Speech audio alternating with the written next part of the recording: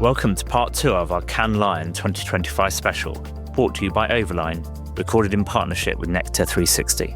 In this segment, we'll hear directly from retail leaders on how retail media is evolving beyond a simple channel to become a strategic growth driver.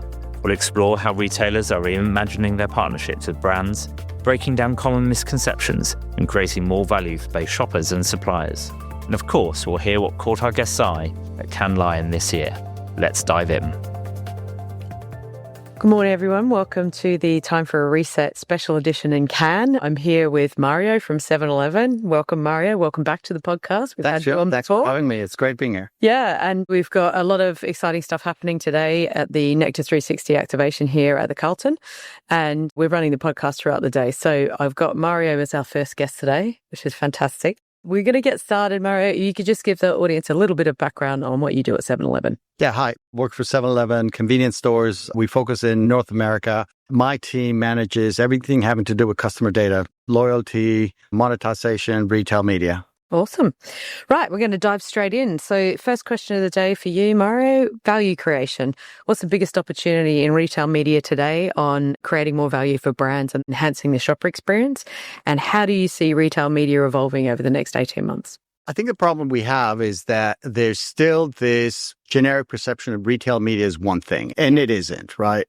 If you think about it, retail media has the ability to be the absolute golden product that we've always been looking for. Influence the consumer at the point of purchase before they make a decision, right? But the way it emerged and the way that a lot of the teams that are buying retail media are set up for is they're trying to buy the same product across all retailers. Performance ads on first-party websites. That works really well for a mass merchant, right? For an online merchant. I work at a convenience store. There's not a lot of people that go to our website to figure out if we sell chips or energy drinks. But I saw this meme. It was really good. The angry girlfriend meme where the guy is looking at behind at the girl in the red dress. That's 1% of sales, 95% of the ad spend, which is online.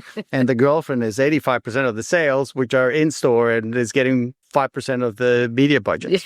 I think that's because of where it started. And generally, the brand teams that I talk to are very focused on buying a certain product. Yeah. And we don't have that product. We don't have a big website. When we talk about in-store, then they move us to a shopper marketing team who wants to do activations. So, okay, that's great. We'll do activations. But I think if we really want to add value, what we need to do is change the way that the brands work with the retailer to really capture the consumer at the point of purchase before they make a decision. And you need to treat the retailers different because everybody has something that's special about them. Long way of saying, traditionally, the way we've done joint business planning between the retailers and the brands has to change. And we need to integrate marketing budgets into that. And how do we not only sell you product and buy ad space, but we place the products in there and activate the consumer in a meaningful way.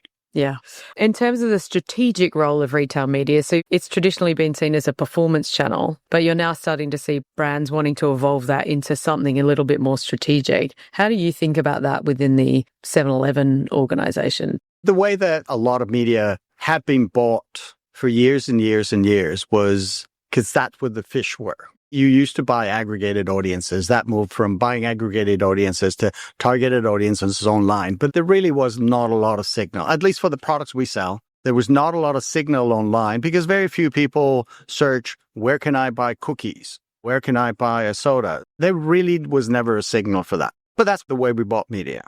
I've seen very, very few brands that have gotten really good at using retailer data to understand the consumer and to change their marketing and tailor their marketing to how the consumer is behaving in those particular stores. We're very good at that as retailers because that's what we do. Like we've been looking at data forever.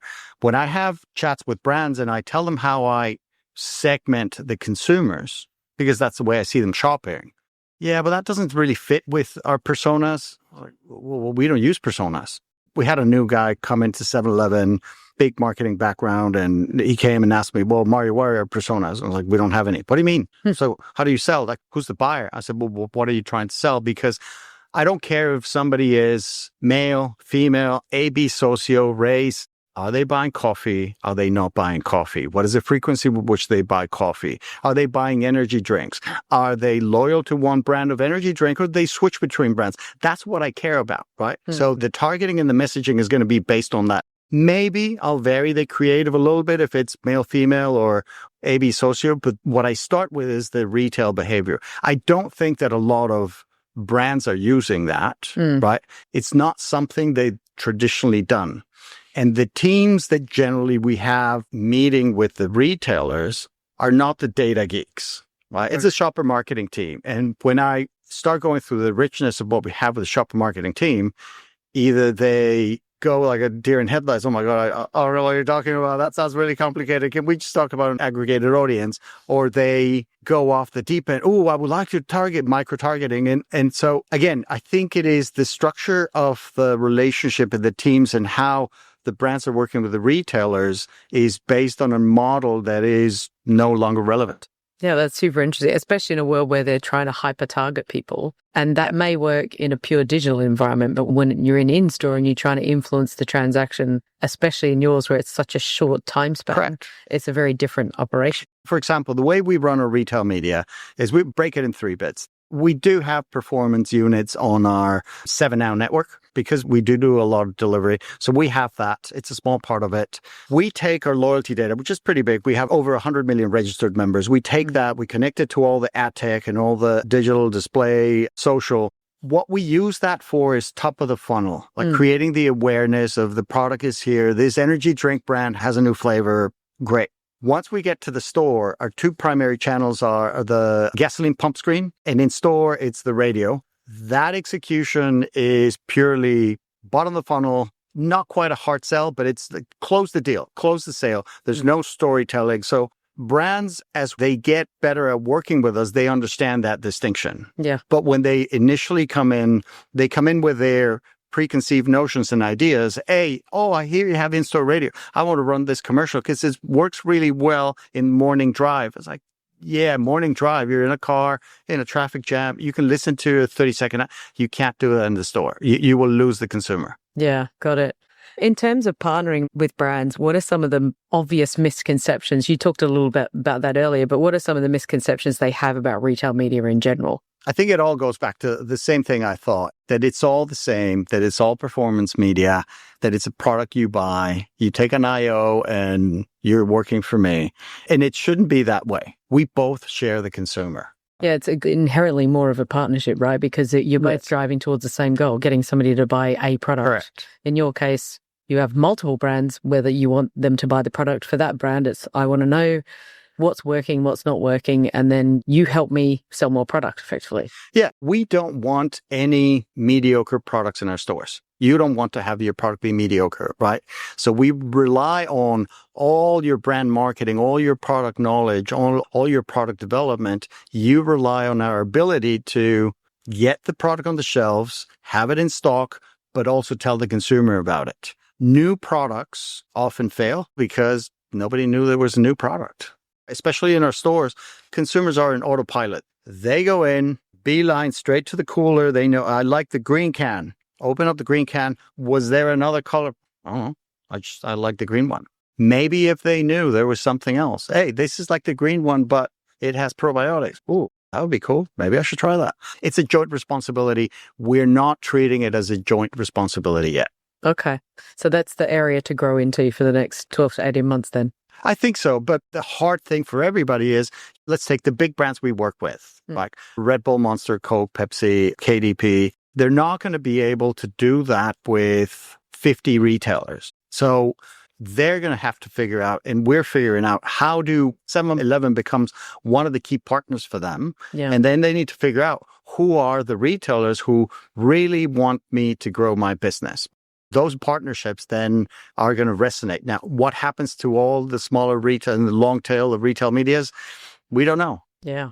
Okay, so last question of the day for you, Mario, is anything you've seen that's really resonated with you at Cannes this week, or any kind of key themes that have come out that have kind of stuck with you? There's a lot of AI. There's a lot of hype about it. I don't think I've mentioned AI, have I? Oh, Not once. No, I mean, that's like I haven't had to drink record. once. No, not even one drink. Somebody asked me this. I was in a panel yesterday, and what do you think is going to be like next year? I think this is one of those industries that goes from ditch to ditch, right?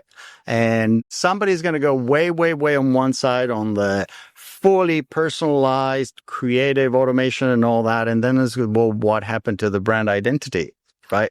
We're forgetting that. We were talking about it before. I was in an event last night. There was this retail media journalist called Colin from Ireland, I think it was. And he was saying, this is supposed to be the Cannes Festival of creativity. Yes. And we're all talking about data and personalization. And he said, if we had called this the Cannes Festival of Data Monetization, I was like, nobody would be here. Right?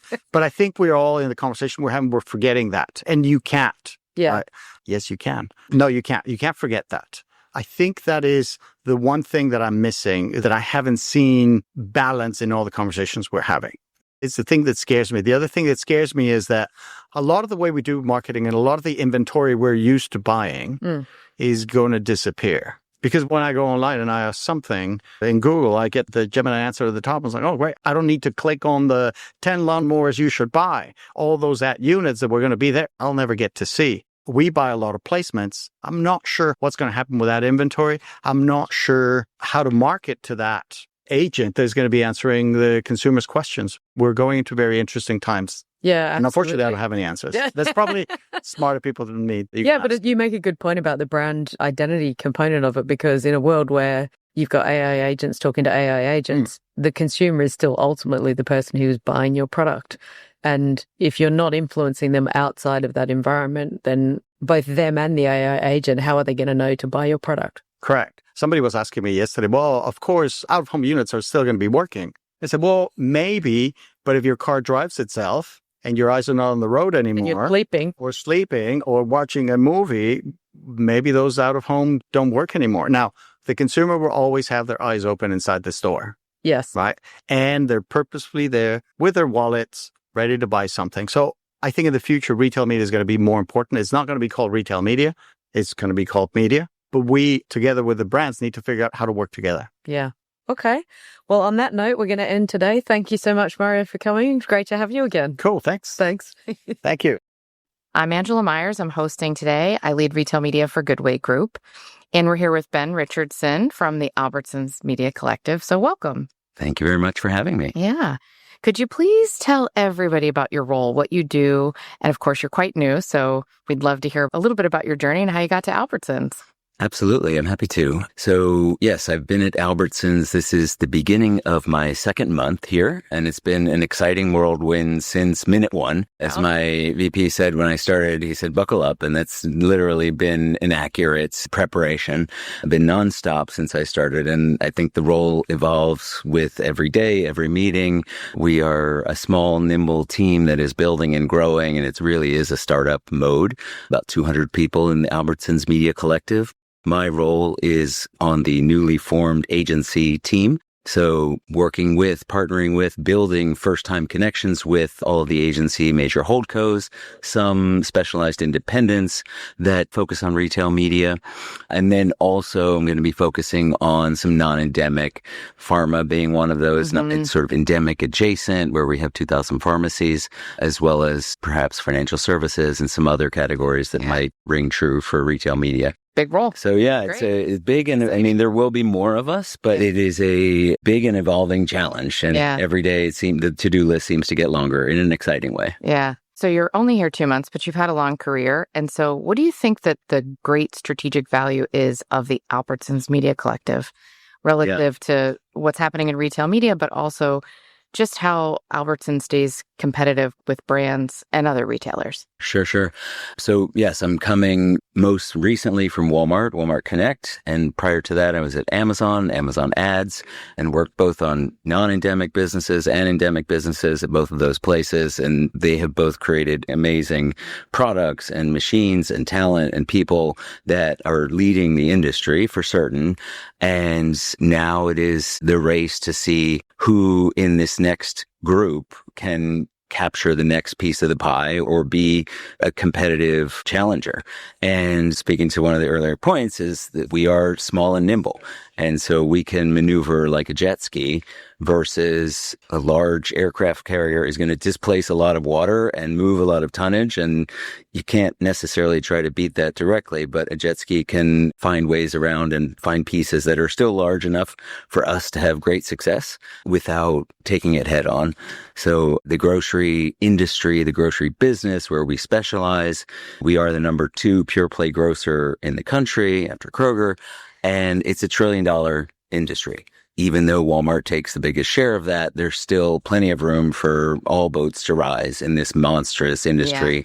And the consumer behavior in grocery is one that is constantly changing and evolving with new generations coming into grocery shopping, but also new ways of seamlessly conducting your grocery process from online to offline. Yeah. So from a customer experience perspective, I actually see a lot of news about Albertsons being so focused on the shopper experience. Yeah. How do you think the Media Collective actually keeps that shopper experience pure in a way, but also bolsters it, makes it better? Yeah. So the important thing that we try to keep in mind and that the leadership has instilled in me as I've onboarded is we are a retailer first. And that is true for all retail media networks. You're a support function effectively of the products in the stores. Without those products being bought and sold, the data doesn't get created, the customer experience isn't there to then feed and fuel the media ecosystem. So it is important to know that we draft off of what the merchant teams are doing and what the retailer team does.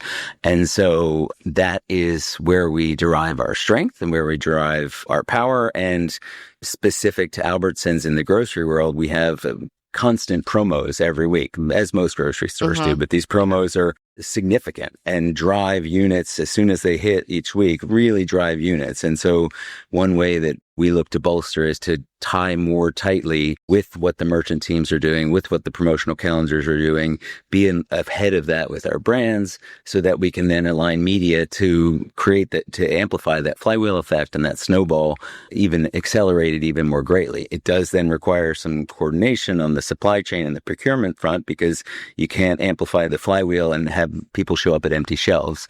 So it creates opportunity as well as challenges. But we're working hard to create a holistic customer journey, and our journey is probably more heavily weighted in store than online currently. And so a big announcement we had this week was launching in-store screens with their partner Stratacache, and they're going to be piloted in 60 stores initially in a couple regions, and then ideally rolling out to all 2270 stores across the country over the coming year. And those will include closed-loop measurement, which is a unique function, and actually tracking to be able to know dwell time and tag an impression to a sale in that trip by someone seeing an ad. Well, it sounds like there's recognition that the Media Collective is really in service of the business. Is there also recognition that the Media Collective has the power to drive new business? That is a good question. I don't know that I've been there long enough to ascertain that yet. I think at the leadership level, there is definitely a connection at the top and an acknowledgement. It's not a side business. It's not a silo. It's not a rounding error. Financially, it may be still, but from a strategic perspective, we just had a new leader take over management of the collective, who is Jen Sens, and she's here this week, and Ken, and she is the EVP, Chief Commercial Officer. She oversees e-commerce and pharmacy, and now the collective. She's also coming from the merchandising side, and she really has just jumped right in with both feet and has a great sense of the strategic importance that we bring to the business. And I think is seeing already in a handful of early meetings where she can unlock things and bring her deep experience. She worked at PepsiCo as well. Yeah. Deep experience from a retailer and a merchant into supercharging what we're doing at the collective. So by being small, the access to the leadership and the strategic decision making is fairly flat. Yeah. Her last name, Science, is actually my maiden name. So, no kidding. Yeah. You're not related. We're not related. Okay. All right. So switching gears just a little bit. Yep. When you think about partnerships in the space, and obviously you've come from other networks as well. Yep. How do you see the current status of partnerships across the Albertsons Media Collective ecosystem today? And where do you see it going in the future? Yeah. It's evolving quickly, as many things in media, moving quickly, and a lot of people and teams and companies are skating to where the puck is. Retail media is the buzzword. It's plastered all over Cannes, along with a few other things, AI, etc. But it's still fractured. And two different worlds. It is really worlds colliding. And at Walmart, it's Bentonville meets Madison Avenue. Here, it's Boise meets Madison, and these are people and backgrounds that do not know each other historically and are rarely, if ever, the same person. Or it's rare that someone was a merchant buyer for a big retailer and then is now in the retail media team. And I know a couple people who've made that transition, but by and large, you're getting people on both sides to learn new languages. So ROAS is meaningless to a merchant, and units and GMV is foreign currency to someone who spent their whole life in media spreadsheets. And so the onus is on us, on the ones who are kind of operating at the edges of both of these. And that's the agency community. It's the media community, the publications that are learning about this, the IAB, et cetera, to bridge the gap in this knowledge, and the suppliers themselves to bring the teams together and have all folks at the table. And there's lots of situations in the world where you say, if everyone could be at this table at the same time. But truly, if we can have merchants, the media teams, the retail media networks, the media agency, the creative agency, even the planning teams, the strategy teams, brand managers, thinking about this holistically, because it is a complex ecosystem where you're talking about a year out. What are they going to plan to buy for a cycle of holiday and back to school and you name it?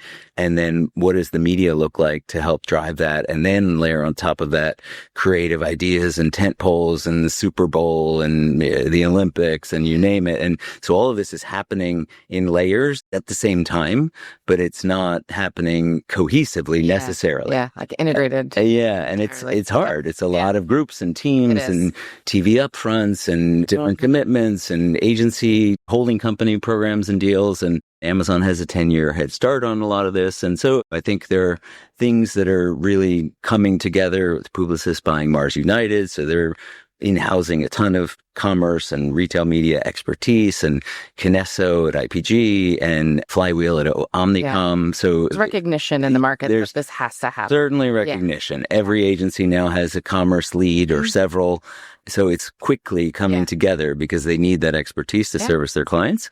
But it's like many things that are a work in progress. It's not quite there yet. So my job is to find those places and glue them together while they're finding places with us to glue them together. And hopefully we all meet in time to make planning for the next cycle. Yeah. Thanks. So, What's your number one takeaway from Cannes? Well, my number one takeaway from Cannes, I've spent a lot of time in our meeting space. So one zoom out takeaway is, my God, it is crazy and hectic and intense and overwhelming. I live in Brooklyn. I've lived in Brooklyn since 2005. And I think of it a little bit like that, in the sense that the first to discover Brooklyn, aside from people who moved there in the 70s, but in the modern version, is artists and the sort of edgy folks who were okay to not live in Manhattan. And now there's 20, 50-story skyscrapers coming online in Brooklyn. So it feels a little bit like something that started with the artist community and the creatives. That's fair. And having their celebrate the creativity, and that's still here.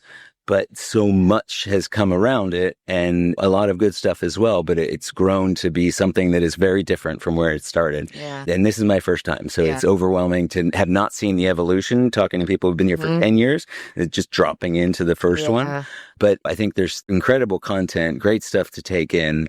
And everyone is doing really, really creative stuff, and just seeing the creatives plus leadership equals people putting their best foot forward to stand out. So I know that's not what am I learning about AI in Cannes, but I honestly haven't gotten into a session, enough sessions to say. So that's kind of my general all takeaways are good takeaways. Well, Ben, thanks so much. Thanks for joining us today. We really appreciate it. It was great to have you. Yes, my pleasure. Thank you so much for having me. Yeah. I'm Fiona. I'm your host from the Overline team. And with me, I've got Catalina from Volt. Welcome, Catalina. Thanks for coming down. Thank you so much. It's super exciting to be here. We'll start just by asking if you could tell people what you do at Volt. Okay, so I have been at Volt for 2 years and I've been building the retail media business across 33 markets. Awesome. So we're going to dive straight in and start asking about value creation in retail media. So what do you think the biggest opportunity is for retailers to help brands build both a shopper experience and create more value for them across the entire retail media experience? First of all, I think retailers need to have a more comprehensive strategy on the retail media roadmap. So at Volt, we have 4 pillars.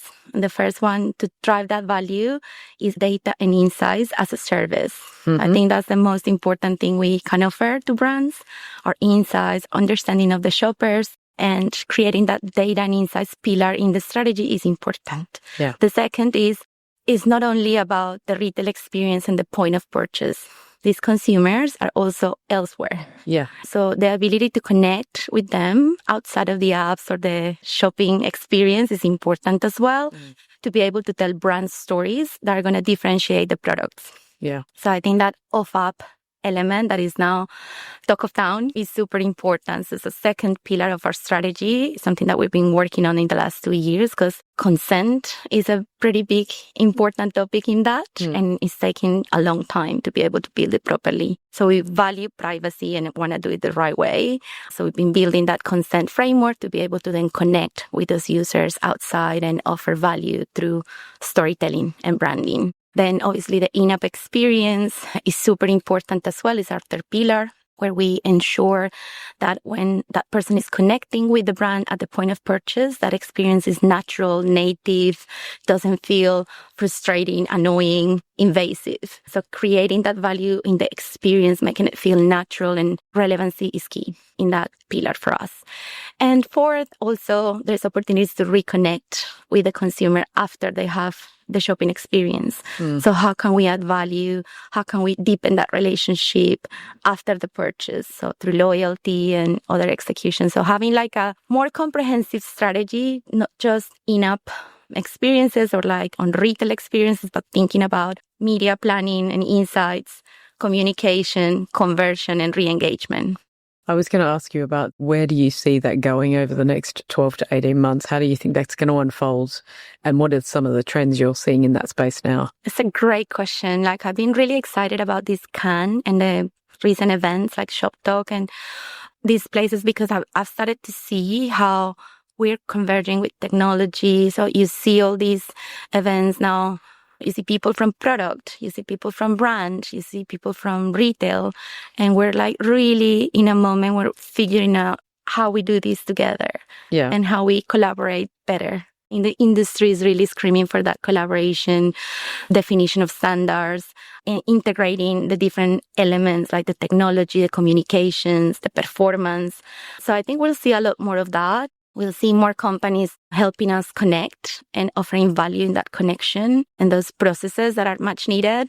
And I think the industry is moving into more integrated technology, creativity, and performance. When you're sort of looking at the strategic role of retail media, you just kind of touched on that. A lot of brands will go into it thinking of retail media as just a performance tactic rather than more integrated part of their overall program. How do you guys see that evolve? Because obviously you work in a very specific immediate shopper experience as well. And so you play a pretty unique role in that space. That's true. Like we feel sometimes pigeonholed in the performance element because we're so close to the point of purchase and people get these products in 30 minutes.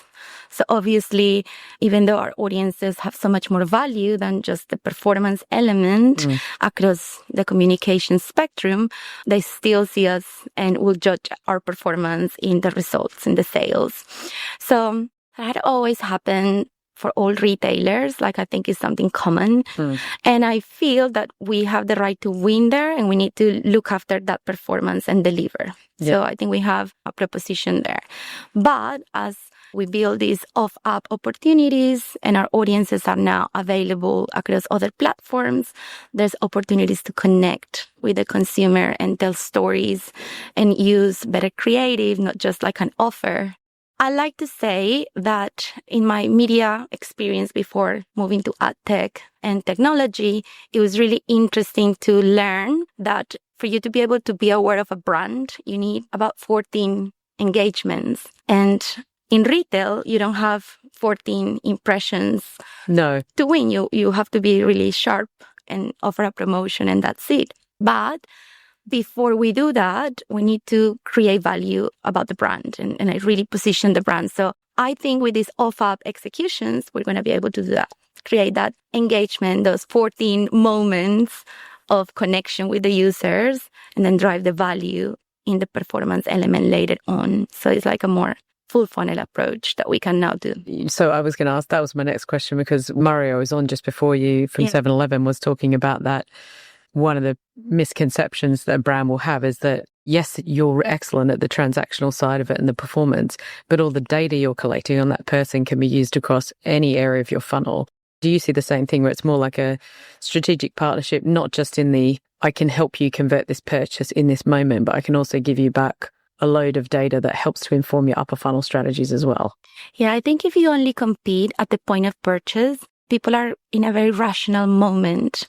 So that's why the creative at that point is offer driven and not so much value driven.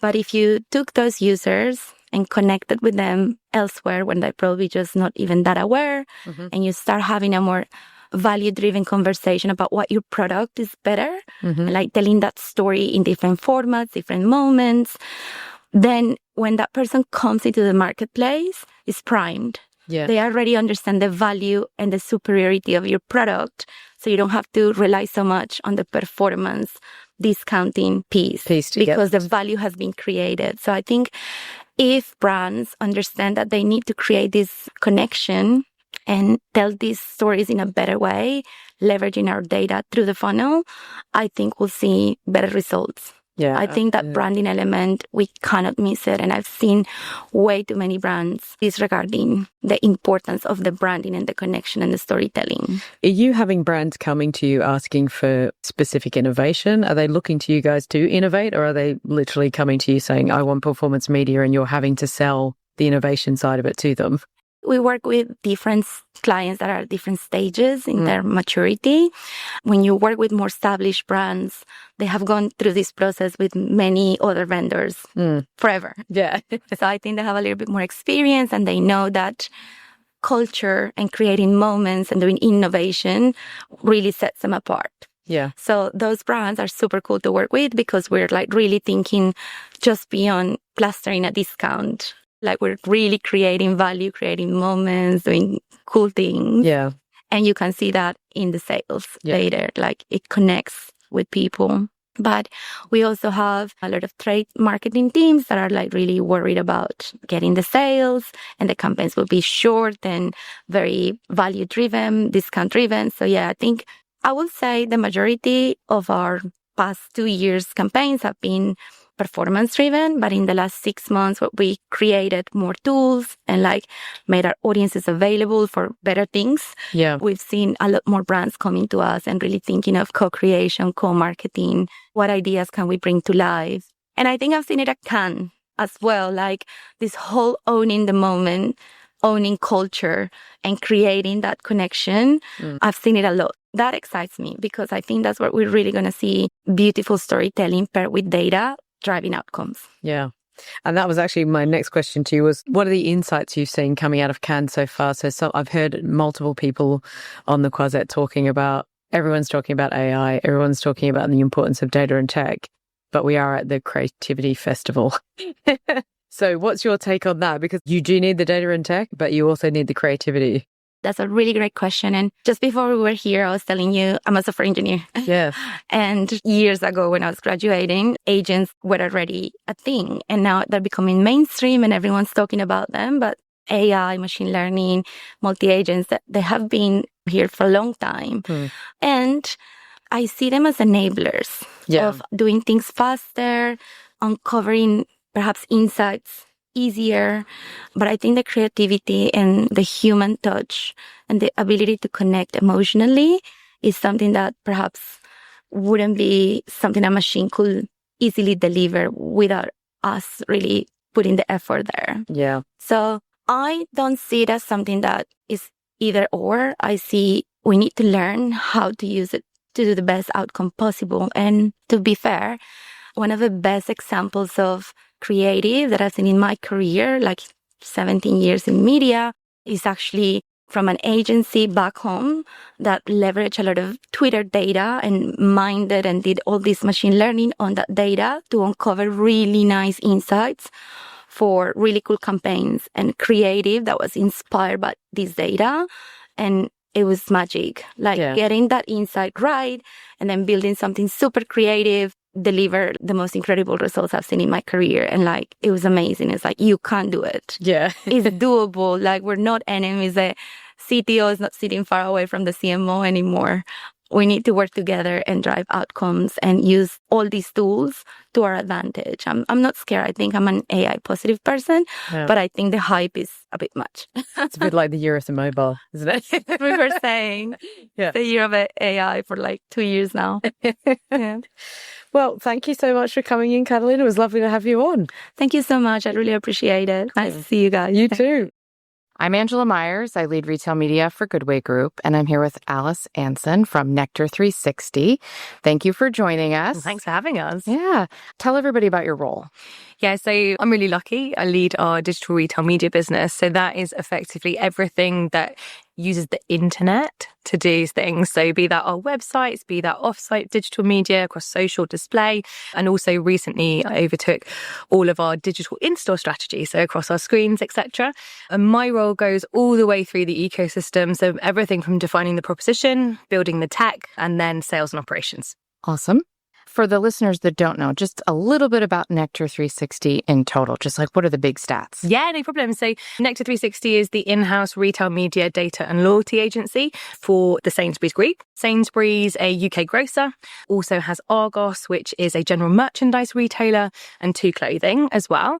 We are really proud to have the UK's largest coalition loyalty programme. So we work with multiple brands, obviously our own group, but also British Airways, Esso, etc., to allow collectors to earn and redeem points. And we have 23 million active collectors in the UK. That's a lot of scale. It's a lot of scale, yeah. All right. Well, with all that scale, how do you think about creating value in the ecosystem for all of your brand partners? So everything for us starts with the customer. And for us, we have two customers. We have our clients and our agencies that we work with, and obviously the end consumer. So when we're thinking about creating value, it's really about how do we solve for the problems that they have. Really excitingly, it can. We've recently launched our Nectar 360 Pollen platform. And that really came from the fact that brands were saying to us, there's too many retail media networks. It's really difficult to work with.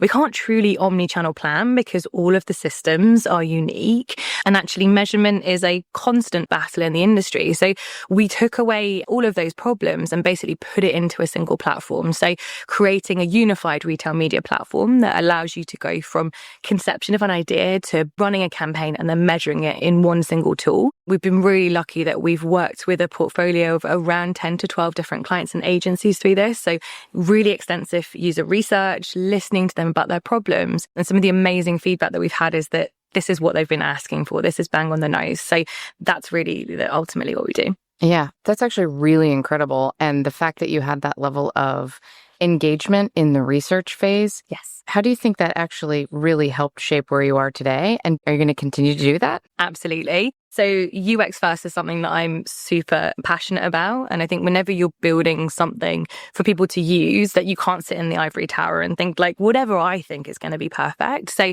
we've had everyone involved right from the beginning, thinking about what are the pain points with how we currently work, how do we move that forward. We've also been involving them in all of the user testing. So everything actually from design conception, so putting the designs in front of them and saying, what about this, what about that, all the way up to now that the platform is live, getting them in the tool.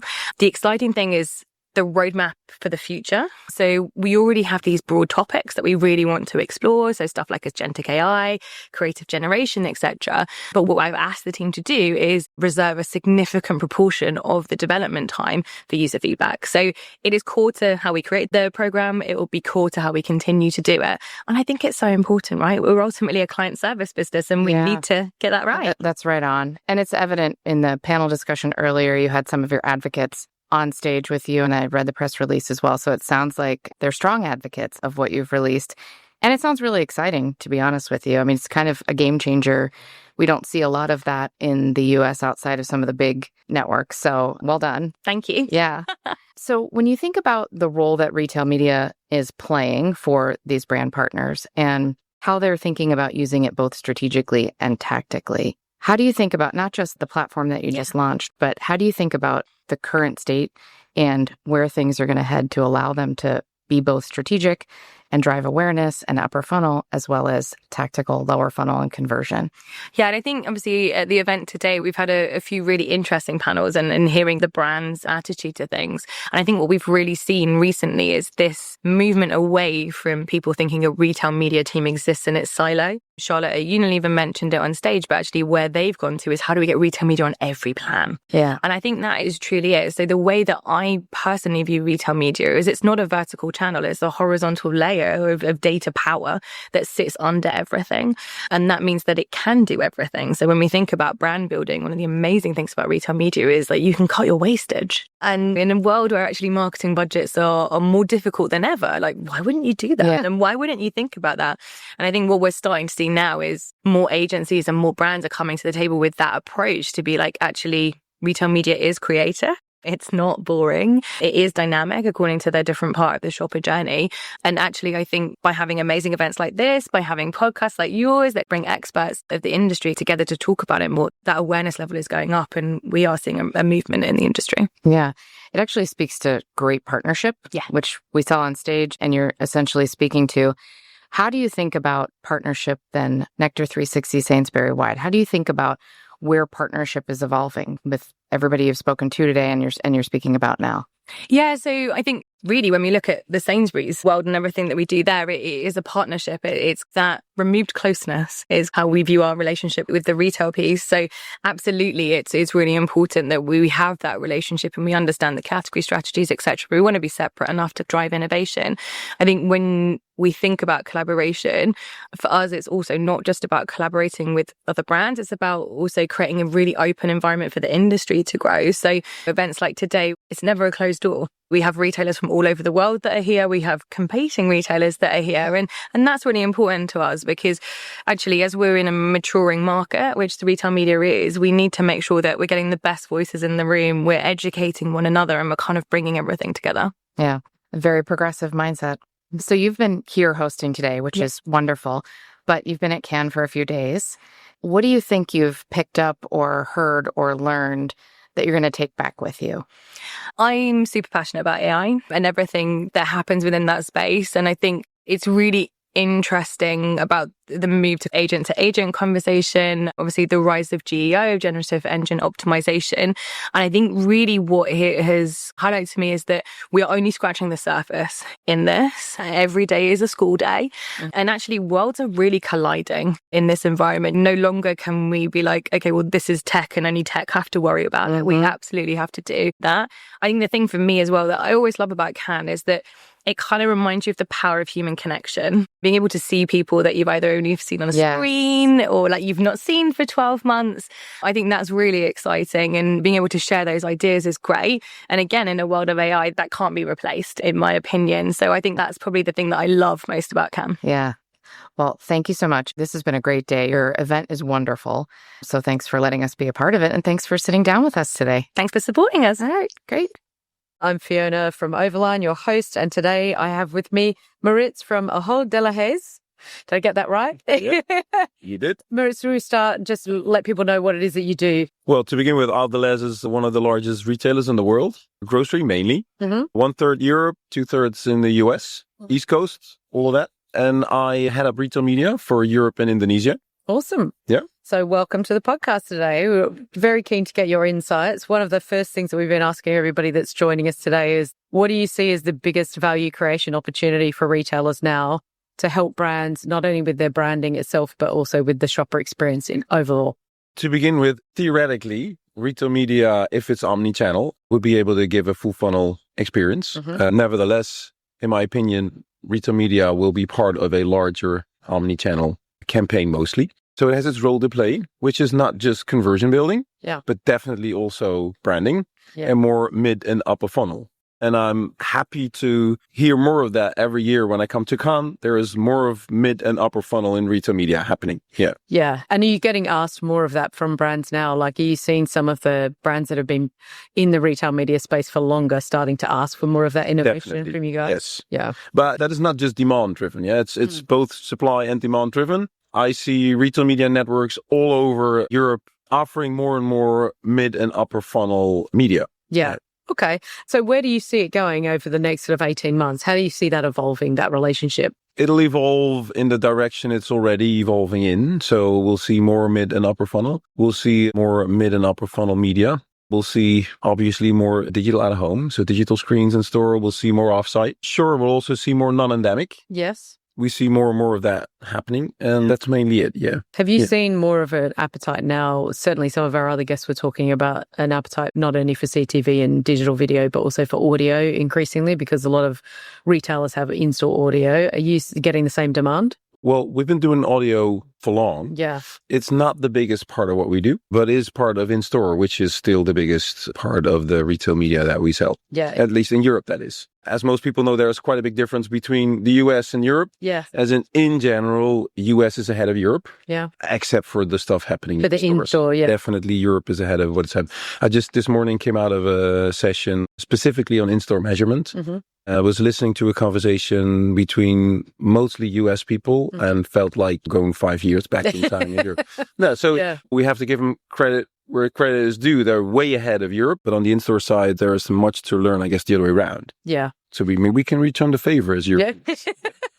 Well, I mean, that's a good point around, obviously the buyer experience in Europe is different and the shopper habits are different in Europe than what they are in the US. So does that Not too different. I doubt whether there's lots of difference. Really? In general, in grocery, well, my world's grocery mainly. Yeah. But it's not just in the grocery business. By far, most of the revenue is happening in store. Sure. Yeah. Roughly 80% of all buying decisions are happening in store. Yeah. And then also in store has reach comparable to the biggest broadcasters. Yes. You see the numbers flying over LinkedIn every other week. So that's the second reason. Third reason is it's hugely underinvested. And then finally, there's lots of convenience coming in there as well, as in buying convenience. More and more of in-store, mainly digital screens, are programmatically available. Yeah. What's the relationship there then? You're seeing more of the digital as to driving people to store and making sure the brand message is hitting. So when they're in store, they get to the convert faster, or what do you think? I doubt there's this chronological order. I think we ditched that already years ago. Yeah. There is no chronological customer journey anymore. It's all over. Yeah. It's spaghetti journey. Yes. But in that spaghetti journey, in-store is the new TV. Oh, okay, that's it. There we go. Yeah. Quote of the day, folks. So in terms of that strategic role that retail media is playing, that it's previously been considered a performance channel, now something that brands are starting to ask you guys to get more involved in that strategic layer. How is that playing out for you guys in the types of product packaging that you're providing to brands? Like, has it changed the way you're going to market? Well, one of the things that has happened along that transition that you're describing is also that most of the retail media networks, and partly this also goes for us, is it has definitely moved away from something that was part of trade conversations. Yeah. It's not a toll gate. Yeah. And it shouldn't be. It should be way more about joint business planning and helping brands build their products and their businesses. Yeah. It's way more of a collaborative way of working than the fight we every now and then have in the trade relationships. Yeah. And how have you seen that change, that JBP process over the last couple of years? Have you seen the brands adapting alongside what you guys are doing on your side? We're learning all sides. This golden triangle where you have the agency and the advertiser and the retail media network, we've been learning all three angles of the triangle and educating each other. Yeah. So we've been learning from the brands and the other way around. Same goes for agencies. So there's much to learn for every angle. So retailers mainly had to learn about media, speaking the media language. And then agencies had to learn about, and still are learning about in-store, for example. And then for brands, it's again a whole different ball game where breaking down the silos is one of the most difficult things to do. Yeah. So during my career, I've had the opportunity to be at all of the angles, all sides of the table in retail media. So I know how hard it is to break those silos, but it's definitely something that needs to happen. But I see them coming down more and more. Yeah. There's progress anyway. Yes. Yeah.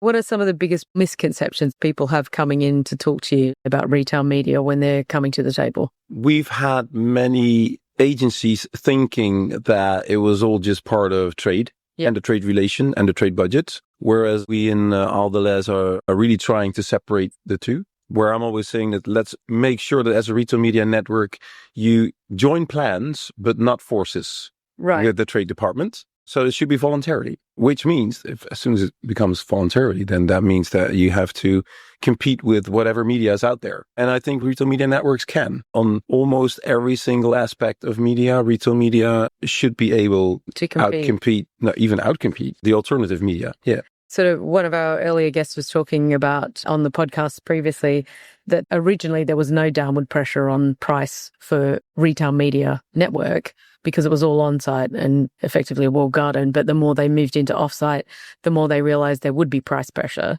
because they're being benched against things that aren't retail. Do you see the same thing as well? No. No, I disagree, actually, because every brand can only spend the euro or the dollar once. Yes. So it doesn't matter whether you're a walled garden or not. Still, they would have to decide whether to spend the euro or dollar on your retail media network on-site or another media. Gives the ROI. So still, there's been price pressure on it always. What has changed is that it was relatively difficult in the early days to reason why you had a specific price. So what most of the retail media networks did was either they had some historical pricing that dated back from the days that some of that media was baked into trade relations. And the other thing they did was just look around and ask around. Every retail media network has colleagues that are advertisers. The retailer is an advertiser by itself, so is quite aware of the prices in the market. And that's how most of the pricing in the early days took place. Yeah. And so in terms of general ROI then on things like offsite, are you still seeing the performance standing up to other competitors in the space? It's difficult to compare because for most of the offsite advertising done by retail media networks, what should it be compared to? Because if it's not done through a retail media network and you can't do the closed loop measurement, then what should you compare it to? So you get the interesting comparison between a stone hard ROAS or even iROAS, for example, compared to reach, frequency. So it's difficult to compare. Yeah, CPM. Yeah. Okay. We always like to ask this question at Cannes in particular. What are some of the insights that you have come across or interesting developments or innovations you've seen that's captured your attention in Cannes, or any takeaways from what you're hearing along the Croisette that you would talk about? So last year I wrote a guest blog for the IAB on Cannes. I called it like the 7 key takeouts for retail media from Cannes. So there were 7, but then in the end I said, but interestingly enough, there was 3 topics that nobody talked about. And then, or almost nobody. One was the consumer. I still hear too little about the consumer, which is not good. The consumer should always be at the center of everything we do. This is also where brands and retailers should always find each other because brands should have consumer at the center always. The other one was I hear very little about Amazon, whereas looking at it from a distance, they are the retail media market. So that's interestingly not talked about enough, I guess. And then there was sustainability, which in my opinion has 3 different topics: carbon, privacy, and preferring the good choice. And then I concluded the blog with, oh yes, and of course there was AI. And that's similar this year, AI, but different. Because last year, AI was all over the place. Nobody really knew what to think, or at least that was the opinion I got, or what to do with it. But now I hear many, many conversations on retail media or media in general and customer journeys moving into an agentic world. And as consumers will start using agents and retail media will also start using agents and advertisers will start using agents, we move into an agent-to-agent world. And that's interesting. How do you advertise to an agent? Well, maybe not. Or maybe yes. Do you treat them like a consumer? No, I don't think so, because the agent is very different. But I'm not sure how this is going to play out. Interesting presentation on the Nectar Summit here in Cannes, in the opening, about this agent-to-agent world. And I'm not sure how it's going to play out, but there's definitely some big changes going to happen. Yeah. And as with every big disrupting change, we all tend to overestimate the short-term impact and underestimate the long-term impact. It is on the long run, it's definitely going to have some big changes on our world. Yeah. Well, so one of the earlier guests literally said, we're here where it can. We're talking about AI, technology, data, and nowhere apart from in the Palais itself are they talking about it's the festival of creativity and brand. And he sort of said, I don't know that I have an answer to this, but how do you maintain brand awareness and brand values in a world where you've got agent to agent talking to each other? Well, I've seen really nice examples of brand keys. Yeah. There are all sorts of different names for the apps. So brand keys, all your brand guidelines baked into an agent. Yeah. I've even seen examples of AI making sure that the branding is even better because they're checking whether the creative fits with the brand key or the brand guidelines. Yeah. So I'm not too afraid of that. What I am afraid of is that we don't talk creativity enough.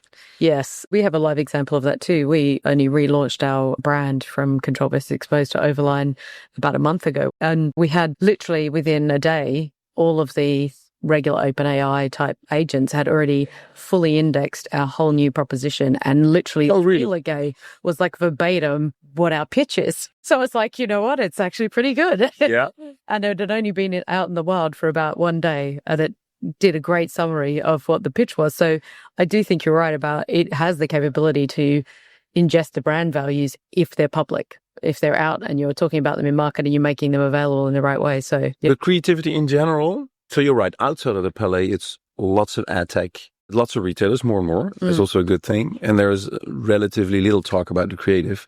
But I've been using since a couple of years, maybe you've seen a model that I call the Media Cube. It has 3 axes, reach, data, and tech. And it's only because I'm too stupid to think in 4 dimensions and I can't visualize it that I leave out the most important one, which is creativity. Yeah. Because every research that we do, and we just did some super interesting research in the Netherlands within supermarkets, a part of the Aal Delhaize family. And we're seeing again that 50% of the impact is the creative. Yeah. So we're talking reach and data and tech all day. But actually 50% of the impact is the creative. The data is telling you that the creativity side of it is the thing that sweeps people in your direction. Yep. Yeah. So one of the interesting things that also happened in Cannes, I think we should give that credit, is that Cannes is not all about being polite with a rosé. Yeah. Because yesterday afternoon, there was a very interesting meeting in an Irish pub. Yes. Dark. Everybody squeezed together, drinking Guinness, Yes. yelling boo. And it was just the best thing ever. It was lots of fun and tongue in cheek. Yeah. I believe that's the exchange wire session you're talking about. Yeah. Yeah, it was really nice. But the interesting thing that happened is because of all the fun and the crowd yelling, the really sensitive topics were touched, actually in a quite transparent way. So that was really, really nice. One of the things I took from that was Andrew Lipsman, who was being challenged on the topic of fragmentation. So how in the hell are the brands going to cope with 200 different retail media network walled gardens? And then he asked, what's the problem? And then everybody was quiet, like, where is he going? He said, what's the problem about having 200 retail media networks? He said, in all of the media that you do, you're probably advertising on thousands and thousands, maybe millions of different websites. We don't think that's strange. It's just that as long as it's programmatically available, then you can manage the tail. And that really opened my eyes because until then I was thinking fragmentation is an issue, right? How are we going to solve that for the brands? Yeah. And then I was thinking, okay, so as long as the tail of all those retail media networks is programmatically available, then it shouldn't be that big of a problem. Actually, it's not too different. Yeah. Bit similar to the quote that is said on in-store being the new television. Just the other day, something really strange happened to me. I was reading the newspaper. I still do, the paper one. And I was reading the news, and then next to it was a car ad. What was it doing there? I was reading the news, and then there was a car ad next to it. Isn't that strange? And people are looking at me like, where is he going? No, that's not strange. We've been having that for 100 years. Well, that's exactly my point. So if that's not strange, because what's the relationship between a car and the news that I'm reading? So why would it be strange to have a car ad in a grocery shopper journey? Yeah. Why not? It's just because we're not used to it. And we will get used to it quickly because I see examples all over Europe and, by the way, also on the other side of the Atlantic. So sometimes somebody give you a different perspective. You go like, oh, actually, okay, yeah, that's true. And actually, I think that's all we've got time for today. So thank you so much for coming in. It's great to have you, Roy. Welcome. And Thanks for having me. Hope you have a fantastic rest of Cannes. Thank you very much. Okay. That's a wrap on part 2 of our Cannes Lion 2025 special, brought to you by Overline, where our retail leader guests shared insights on how they're pushing the boundaries of retail media, not just as a channel, but as a strategic growth driver. If you haven't heard part 1 yet, go back and check it out. We speak with senior brand marketers on how they're balancing brand and business priorities, and where retail media fits into the bigger picture. For more episodes like this, follow Time for a Reset wherever you get your podcasts. And if you liked what you heard, leave us a rating, share it with a colleague, and subscribe to be the first one to know when a new episode drops. Catch you next time.